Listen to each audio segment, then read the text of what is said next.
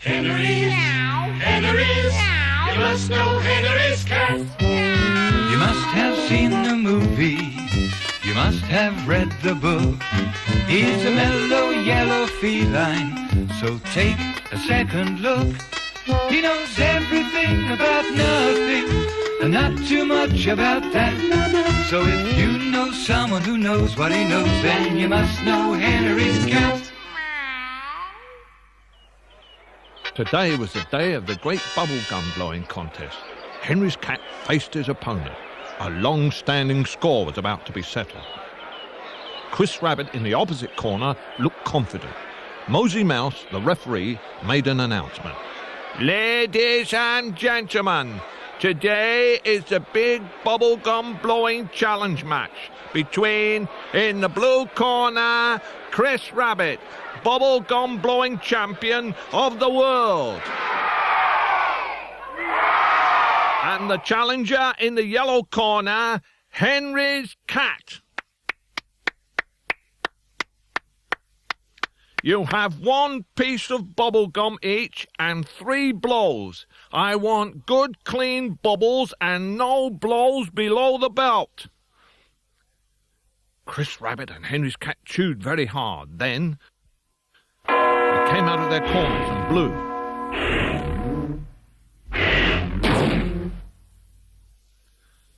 The first round goes to the champion, Chris Hot Lips Rabbit.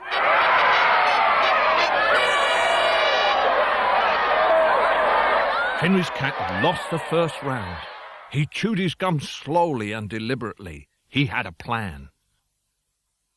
When Chris Rabbit started to blow, Henry's cat pretended he was about to sneeze.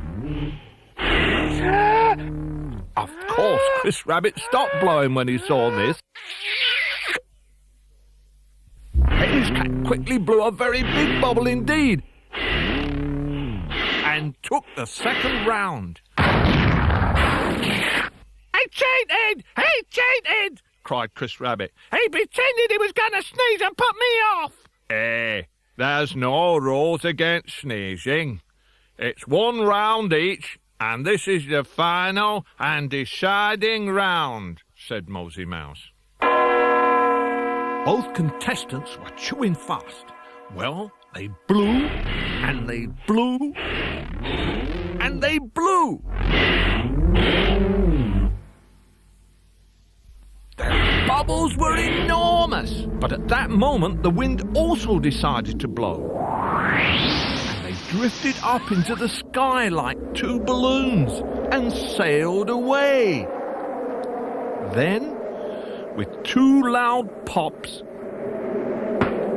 their bubbles burst. Now it was not a case of who had won, but who was lost. They both were. Oh dear, what are we going to do now? Said Henry's cat. Oh, don't worry. Rabbits are good at finding their way, said Chris, putting his ear to the ground and turning the other ear to pick up sounds. Oh, have you found something? Said Henry's cat. Yeah, I've got a pine cone stuck in my ear. But there's no need to stare, said Chris. Oh, look over there, said Henry's cat. There in front of them was a large, dark, spooky-looking castle. Well, when you are lost and far from home, any home looks welcome. So they rang the bell.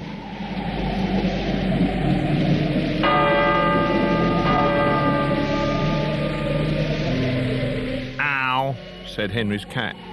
Let's come back some other time. But then the door slowly opened, wondering what to do next when the door slammed behind them.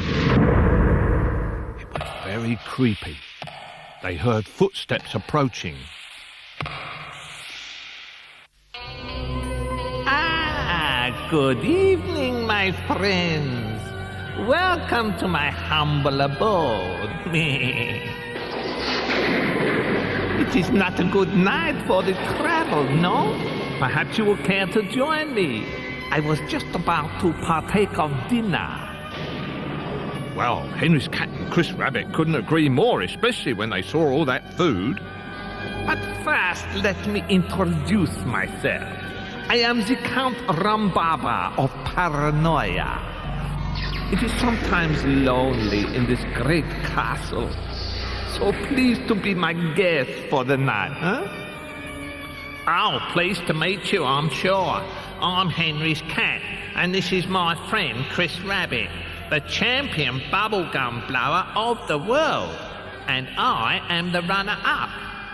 Then it is a great honor to have such distinguished guests. Please to be seated. Well, Henry's cat could hardly wait. He was just about to bite a large jam donut when a vampire bat fluttered down and sank its fangs into the donut and sucked all the strawberry jam out. Don't be afraid. It is just my little friend, rigor mortis. Well, Henry's cat had hardly got over that shock when a bony hand came out of the custard and snatched away a cherry cake he was about to eat. Then, when Henry's cat tried to take another cherry cake, it just scurried away and hid behind the butter dish. Henry's cat tried to chase it out with a stick of celery, but only succeeded in knocking over the pepper pot.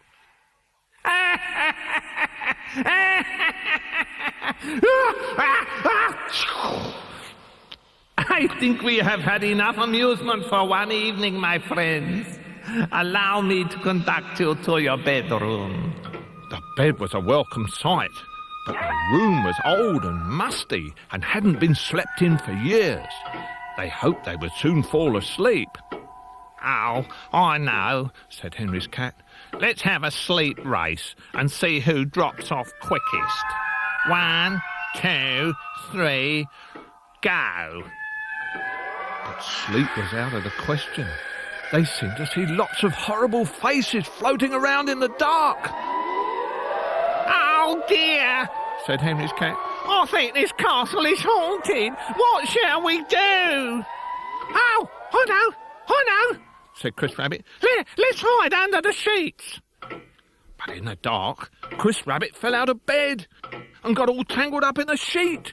Henry's cat poked his head out to see where Chris had gone, just as Chris stood up.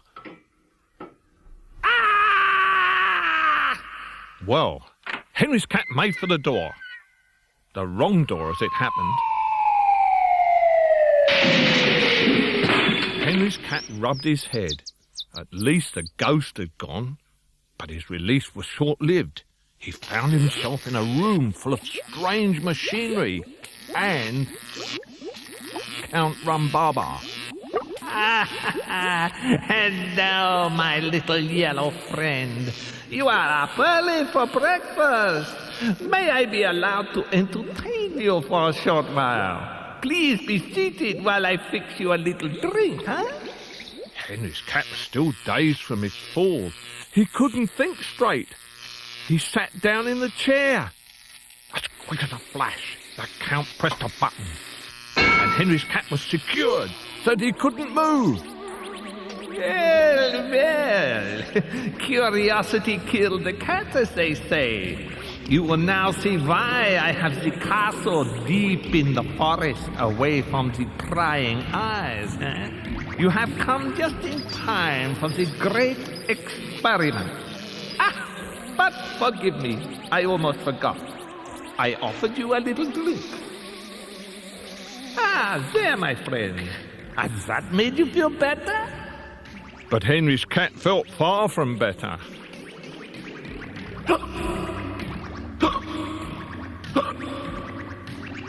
Oh dear, you have given me very bad hiccups. Hiccuped Henry's cat. So sorry. Please permit me to cure them for you. I have just the thing here.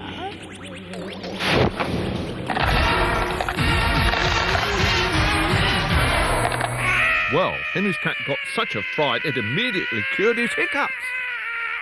Ha ha! My little experiment worked. It will make me the fortune. You would like to know what I am up to, huh? Well, I will spill the beans, as they say. Here we have the Mexican jumping bean. And what do I do with the bean? I show you. First, I make them into powder. Then I boil the water so the powder goes around and around and it comes out here. And here we have the bean juice. And beans means money. Henry's cat realized he and Chris Rabbit had stumbled on a fiendish plan by a mad genius. And here he was, helpless. Ah, but I am forgetting my manners. You must be feeling lonely, huh? Perhaps you would like your little friend to join you.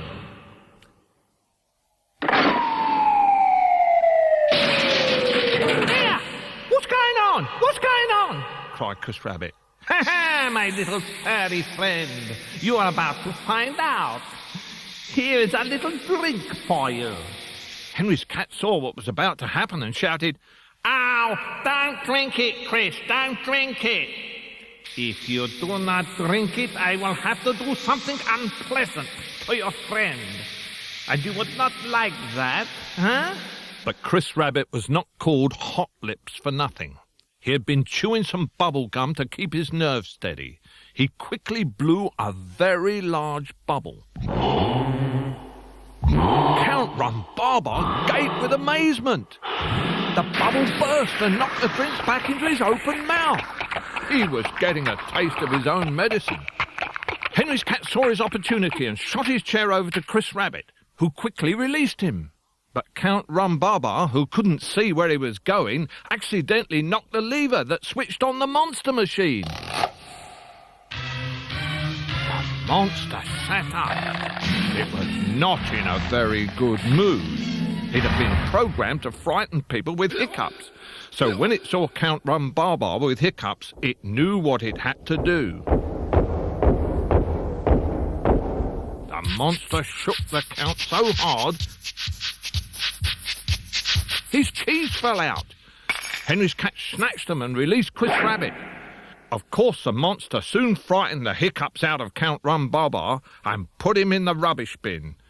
Then he went off to look for more hiccuping people. Henry's cat and Chris Rabbit put Count Rhubarber in his own cage. "I suppose we could say he was out for the count," said Henry's cat. "Ha-ha! Here, come and have a look at this lot over here," said Chris Rabbit. They found lots of food and drink made from jumping beans. They also unearthed the secret plans of the evil Count. Everybody knows that fright will cure hiccups. He intended to sell so much hiccup food that everyone would get hiccups.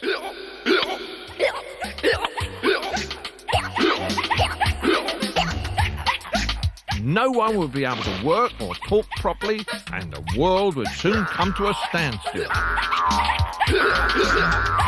Good evening.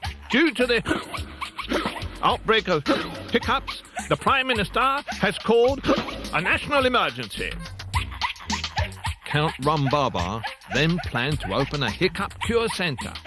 Customers would be charged $10 a cure. They would be told to stand in front of a cupboard.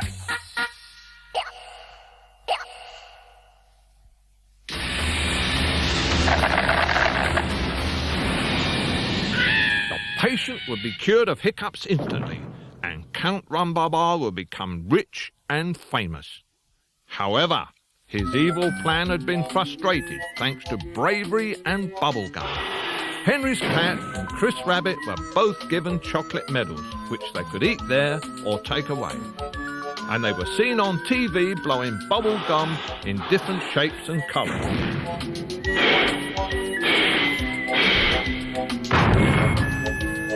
Count Rhubarber was sent to jail for life again, and that included lunch breaks and holidays. Henry's cat summed it all up by saying, "Ah, well, he may have been a count, but his number's up now."